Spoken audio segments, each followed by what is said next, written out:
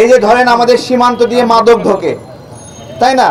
সীমান্তে যারা আছে তারা তো মাদকটা আটকালেই মাদক বন্ধ হয়ে যায়, তাই না? বন্ধ হয়ে যায় না? কিন্তু সেটা না আটকায়ে সারা দেশে চোর পুলিশ খেলে মাদক ব্যবসায়ীদের সঙ্গে, তাই না? ঠিক একইভাবে শেখ হাসিনা যখন গণ অভ্যুত্থানের সময় এখানে পালাচ্ছিল, তাকে ধরলেই তো খেলা শেষ, তাই না? কিন্তু খেলা শেষ করা হয় নাই। খেলা শেষ না কইরা তাকে পালায় দিয়া এই যে দেশের বিরুদ্ধে লাগাতারভাবে ষড়যন্ত্র অব্যাহত আছে, তাকে ছাইরা দিয়া এখন আমরা চোর পুলিশ খেলতেছি।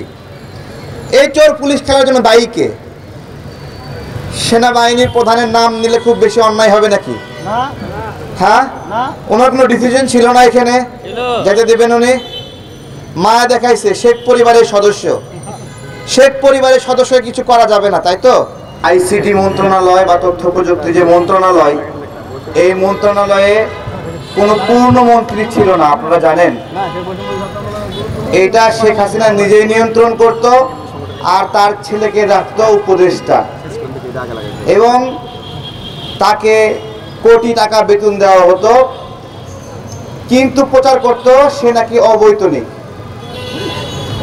আজকে সচিবালয়ের এই দপ্তর পুড়ে যাওয়ার পিছনে যারা কারণ খুঁজে না পান তারা একটু বুঝে নেন যে এই দপ্তরে আগুন লাগাটাই যৌক্তিক কিনা। না, এই দপ্তরে আগুন লাগাটাই যৌক্তিক, আগুন লাগাটাই কথা। আগুন যদি না লাগে তাহলে সজীব জয়ের আইসিটি দপ্তরকে ব্যবহার করে লুটপাট এটা তো প্রকাশ হয়ে যাবে। এবং ওইটাই কিন্তু আসিফ মাহমুদ বলছিল যে তারা একটু গোছাচ্ছিল হাজার হাজার কোটি টাকা লুটপাট কিভাবে হয়েছিল সেইটা, এবং পুরোটা পুড়ে ছাই হয়ে গেছে, পুরোটা পুড়ে ছাই হয়ে গেছে। শেখ হাসিনা এখানে এই দপ্তরে এই মন্ত্রণালয়ে কত গুরুত্বপূর্ণ ডকুমেন্ট আছে তার কাছে এটা কোনো বিষয় না, তার কাছে এগুলো কিছু না, তার কাছে এগুলো যে কিছু না তার প্রমাণ হলো বাইতুল মোকাররমের সামনে আমি একটু আগে বলছিলাম সাপ ছাড়ে দিয়ে আন্দোলনকারী নাগরিকদেরকে সে হত্যা করেছিল, 17 জন আহত হয়েছিল, 2 জন মারা গিয়েছিল। সেই ঘটনায় আওয়ামী লীগ নেতারা গ্রেপ্তারও হয়েছিল।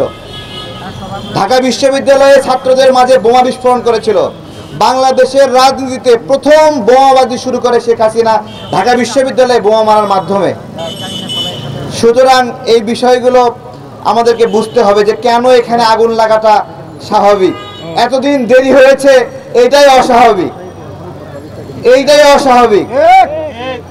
শেখ পরিবারের কোনো সদস্যকে এই সরকার গ্রেপ্তারের জন্য কোনো কার্যক্রম করেনি, কোনো কার্যক্রম, কোনো তৎপরতা নাই, কেউ গ্রেপ্তার হয়নি, একজনও গ্রেপ্তার হলো না। কেন?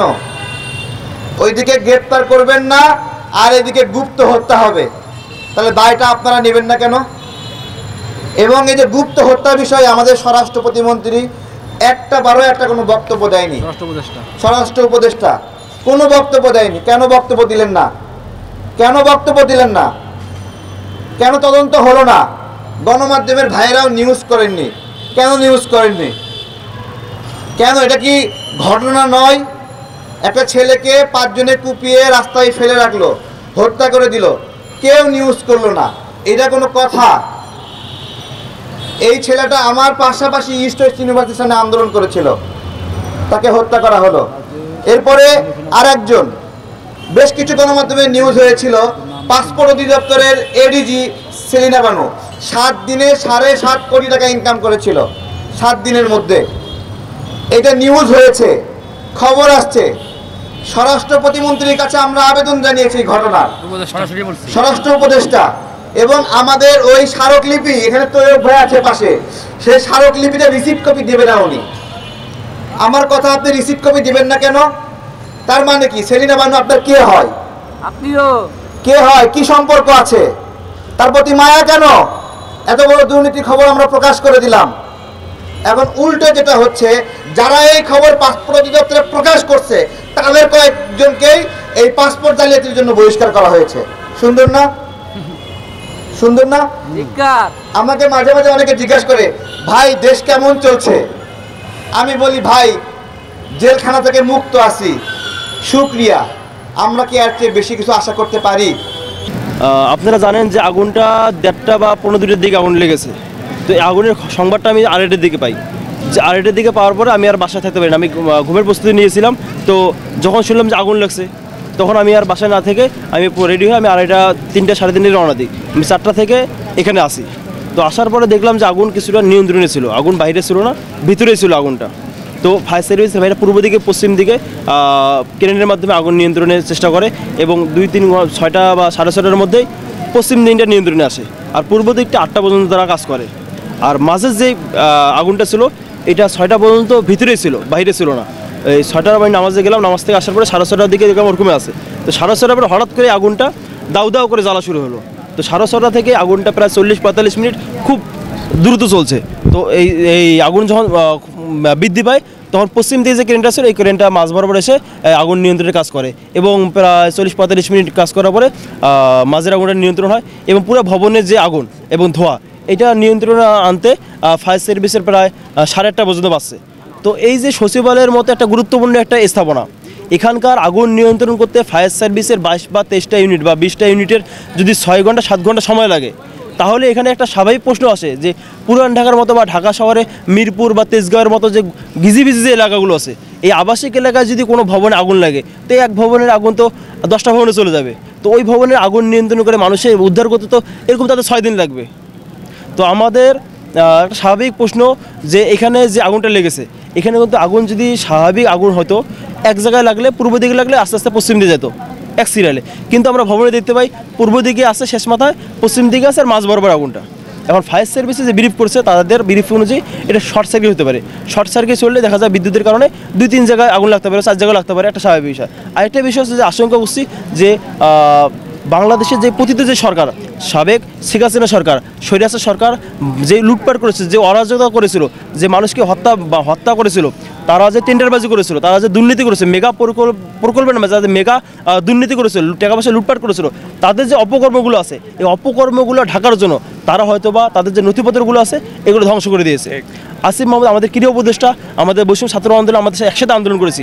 6 তারিখ থেকে ভাইয়ের সাথে একসাথে কাঁধে কাঁধ মিলে আমরা আন্দোলন করেছিলাম। তো ভাই সকালে পোস্ট করেছে যে আমরা সংস্কারের উদ্দেশ্যে, তাদের বিচারের উদ্দেশ্যে আমরা বিভিন্ন নথিপত্র সংগ্রহ করেছিলাম, তারা এই নথিগুলো ধ্বংস করে দিয়েছে। তো যারা ধ্বংস করেছে, ভাই ফেসবুকে বলেছে যারা ধ্বংস করেছে তাদেরকে অবশ্যই বিচারের আওতায় আনা হবে, তাদের কঠিন বিচার করা হবে। আমরা এই কথার উপর আমরা বিশ্বাস রাখি যে অবশ্যই তার বিচার চাই আমরা, যারা এর সাথে জড়িত এবং সাবেক সরকারের 16 বছরে যারা বিভিন্ন অপকর্মের সাথে জড়িত, তাদের সুষ্ঠু তদন্ত করে তাদের অবশ্যই বিচার কার্যকর করতে হবে। শুধু তদন্ত কমিটির মাধ্যমে প্রতিটি সরকারের আমলে আমরা দেখেছি তদন্ত কমিটি গঠন করা হতো, কিন্তু তদন্ত করতে করতে 16 বছর চলে গেছে, সে দেশ থেকে পালিয়েছে, কোনো বিচারও হয়নি, কোনো তদন্ত হয়নি। আমরা চাই অন্তর্বর্তীকালীন সরকার তদন্ত কমিটি গঠন করে তদন্ত কমিটি গঠন করে তাদের দোষীদের অবশ্যই শাস্তি বাস্তবায়ন করতে হবে। এবং আমাদের যে ছাত্র জনতার গণ অভ্যুত্থানের মাধ্যমে যেই অন্তর্বর্তীকালীন সরকার গঠিত হয়েছে, এই অন্তর্বর্তীকালীন সরকারকে অনুরোধ করব, আহ্বান জানাবো, যেহেতু এটা আমাদের সরকার, আমরা চাই এই সরকারকে সংস্কারের সুযোগ দেওয়া হোক। বিভিন্ন সেক্টরে ফায়ার সার্ভিসে যদি 2টা ক্রেনের জায়গায় 4টা ক্রেন থাকতো, আগুন 6 ঘন্টার জায়গায় 3 ঘন্টা আগুন নিভেতো, যদি 6টা থাকতো 1 ঘন্টা আগুন নিয়ন্ত্রণে আসতো। তো আমরা চাই বাংলাদেশের প্রতিটা সেক্টর ফায়ার সার্ভিস সক্ষমতা বৃদ্ধি করা হোক, পুলিশের সক্ষমতা বৃদ্ধি করা হোক, দেশপ্রেমিক পুলিশদের নিয়োগ করা হোক। 16 বছরে যেই সকল দলীয় ক্যাডার নিয়োগ করা হচ্ছে তাদেরকে বিভিন্ন সেক্টর থেকে বাতিল করা হোক, পুলিশ বলেন আর বিভিন্ন আমলা বলেন, সব জায়গা থেকে দলীয় যারা আছে যে কোনো দলের হতে পারে, সেই আওয়ামী লীগের আমলে যারা নিয়োগ হচ্ছে তারা যেমন এখান থেকে বহিষ্কার করতে হবে। বিএনপি আসে, যদি পরবর্তী বিএনপি জামাত বা গণ অধিকার পরিষদ যদি নেতৃত্বে আসে, তারা যদি কেউ যেন দলীয় সরকার নিয়োগ না করে, অবশ্যই আমরা নিরপেক্ষ সরকার ব্যবস্থা চাই, জনগণের সরকার ব্যবস্থা চাই।